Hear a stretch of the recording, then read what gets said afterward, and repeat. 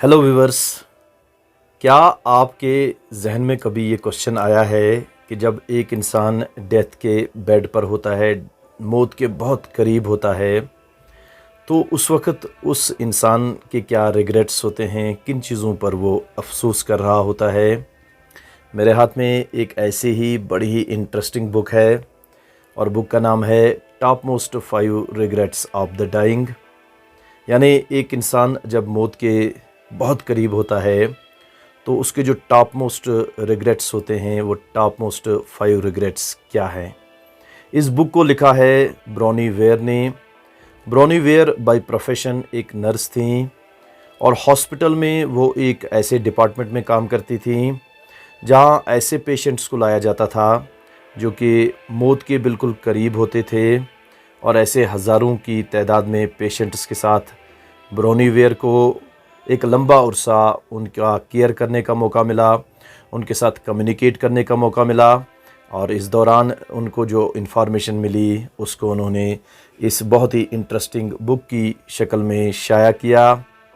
और इस बुक को जिन लोगों ने पढ़ा होगा तो वो जानते होंगे कि वो 5 रिग्रेट्स क्या हैं, लेकिन जिन लोगों ने अभी तक इस बुक को नहीं पढ़ा है उनके लिए मैं वो 5 रिग्रेट्स शेयर कर देता हूँ, ताकि अगर हमें पहले ही पता चल जाए कि हम मरने के वक्त किन चीज़ों पर रिग्रेट करते हैं और उन पर हम अपनी ज़िंदगी में ही काम करें, ताकि हमें मरने के वक्त उन चीज़ों का अफसोस न रहे। तो ब्राउनी वेयर ने जो 5 टॉप मोस्ट रिग्रेट्स इस बुक में मेंशन किए हैं वो इस तरह से हैं। Regret number 1, I wish I would had the courage to live a life true to myself, not the life others expected of me. काश मैंने वो ज़िंदगी गुजारी होती जो मेरी अपनी ज़िंदगी होती। मैंने काश लोगों की जो उन्होंने मेरे साथ एक्सपेक्टेशंस की थी कि मैं किस तरह की ज़िंदगी गुजारूँगा, काश मैंने वो ज़िंदगी न गुजारी होती। काश मैंने अपने ट्रू पोटेंशियल के हिसाब से अपनी लाइफ को जिया होता, अपने इंटरेस्ट्स और टेस्ट्स के हिसाब से मैंने अपनी लाइफ को एंजॉय किया होता, तो आज मुझे ये अफसोस ना होता कि मैंने दूसरों की ज़िंदगी जी है, अपनी ज़िंदगी को एंजॉय नहीं किया है। ये पहला रिग्रेट है। Regret number 2, I wish I hadn't worked so hard. काश मैंने लाइफ में ज़्यादा काम न किया होता, यानी काश मैंने अपनी सारी लाइफ को काम के लिए सर्फ न किया होता, सिर्फ काम काम काम ही न किया होता, बल्कि काम के अलावा भी काश मैंने अपनी फैमिली के साथ टाइम स्पेंड किया होता, काश मैंने अपने रिलेटिव्स के साथ टाइम स्पेंड किया होता, काश मैंने अपने फ्रेंड्स के साथ भी टाइम स्पेंड किया होता, काश मैंने अपने अंदर के इंसान के साथ भी टाइम स्पेंड किया होता, काश मैंने सारा टाइम काम काम और काम करने पर स्पेंड न किया होता।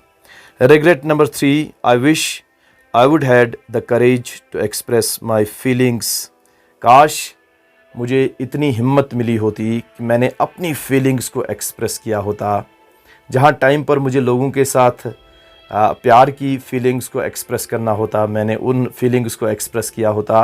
काश मैंने अपनी फीलिंग्स को सप्रेस न किया होता, उनको अंदर ही दबाए न रखा होता, काश मैंने कभी उनको एक्सप्रेस भी किया होता।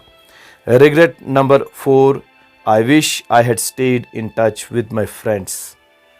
जो फ्रेंड्स मुझे बचपन में मिले थे, फिर स्कूल लाइफ में, कॉलेज में या कहीं और मिले थे, काश मैंने उन फ्रेंड्स के साथ हमेशा टाइम स्पेंड किया होता, काश मैं उनके टच में रहा होता। अक्सर तो यही होता है कि हम बचपन के फ्रेंड्स को फिर भूल जाते हैं, उनके कनेक्शन में नहीं रहते, और इसका हमें फिर आखिर में बहुत अफसोस रहता है कि काश हम अपने फ्रेंड्स के साथ कनेक्शन में रहे होते, उनके साथ कम्युनिकेशन में रहे होते, और काश हमने अपने फ्रेंड्स के साथ क्वालिटी टाइम स्पेंड किया होता। Regret number 5, I wish I had let my self be happier. काश मैंने अपने आप को खुश करने के लिए काम किया होता, काश मैं हैप्पीनेस की सर्च में ना निकला होता, बल्कि हैप्पीनेस जो मेरे इर्द गिर्द थी, काश मैंने उसको पा लिया होता, उसको एंजॉय किया होता।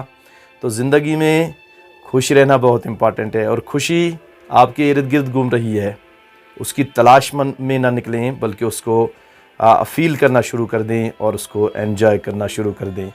तो ये 5 रिग्रेट्स ब्राउनी वेयर ने इस बुक में एक्सप्लेन किए हैं, और ये उनकी जो रिसर्च बेस्ड बुक है, असल में उन्होंने लोगों के साथ काफ़ी डिकेड्स उनका केयर करते हुए और उनके साथ कम्युनिकेट करते हुए उन्हें इस चीज़ का पता चला है कि असल में लोग जब डेथ बेड पर होते हैं तो उन्हें किन चीज़ों का रिग्रेट होता है। तो हमें इन 5 एरियाज़ पर अपनी लाइफ में काम करना चाहिए, ताकि बाद में आखिरकार हम जब डेथ बेड पर हों तो हमें ये रिग्रेट्स ना हों। Thank you very much.